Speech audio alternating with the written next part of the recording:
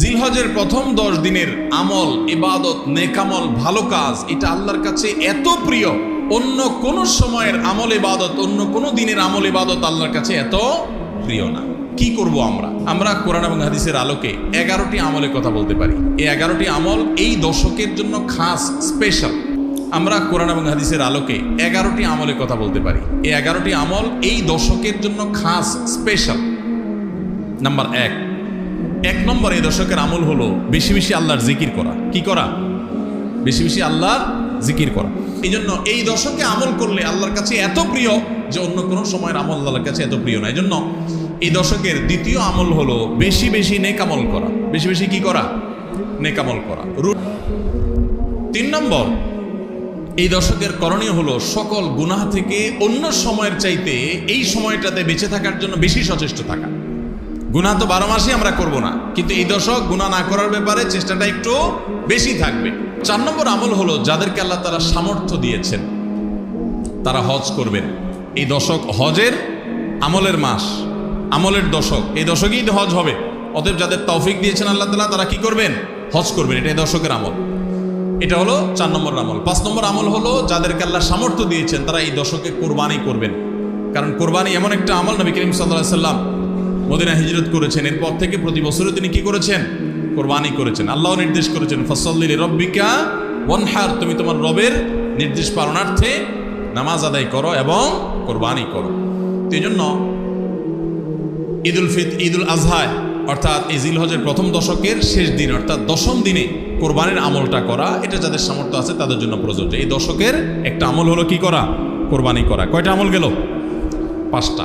6 নম্বর হলো যাদের কোরবানি করার ইচ্ছা আছে তারা জিলহজের চাঁদ ওঠার আগে আগে জিলকদ মাসের শেষ দিনের মধ্যে তাদের হাতের নখ, চুল, গোফ, অবাঞ্ছিত লোম এগুলো সব কেটে পরিষ্কার করে ফেলবেন এবং এই দশক আর সেগুলোতে হাত দিবেন না। কোরবানি করে তারপরে সেগুলো পরিষ্কার করতে চাইলে করবেন, এই দশকে আর হাত দিবেন না। নবী সাল্লাল্লাহু আলাইহি সাল্লাম বলেছেন মান আরাদা আন ইউদাহিয়া ফালা ইয়াখুয মিন শা'রিহি ওয়া আযফারিহি শাইআ, যে ব্যক্তি কোরবানি করার এরাদা করেছে, নিয়ত করেছে, সেই জন্য তার চুল, নখ এগুলো না কাটে ওই 10 দিন। জিলহজের চাঁদ উঠছে আর কাটবেন না, চাঁদ উঠার আগে আগে কেটে ফেলবেন এবং কোরবানির পরে যায় কাটবেন। এই 10 দিন বিরত থাকা।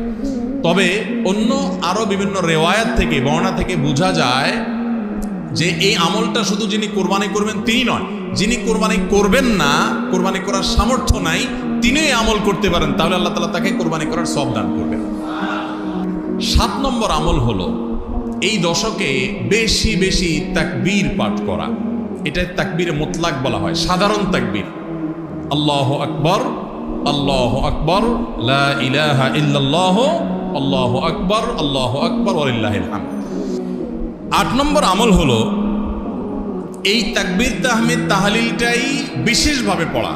7 নম্বরটা হলো সাধারণভাবে রাত দিন যতক্ষণ পারেন বেশি বেশি পড়বেন, কোনো সময় ফিক্স নাই এবং 10 দিন ফুল। আর 8 নম্বর আমল হলো এই তাকবীরটাই নির্দিষ্ট সময় নির্দিষ্ট দিনগুলোতে বিশেষভাবে পড়া। সাধারণভাবে তো পড়বেনই, আর বিশেষভাবে পড়বেন। বিশেষভাবে কখন? আইয়ামে তাশরিকে। আইয়ামে তাশরিক কাকে বলা হয় ভাই? জিলহজের 9 তারিখ ফজরের পর থেকে নিয়ে জিলহজের 13 তারিখ আসর পর্যন্ত।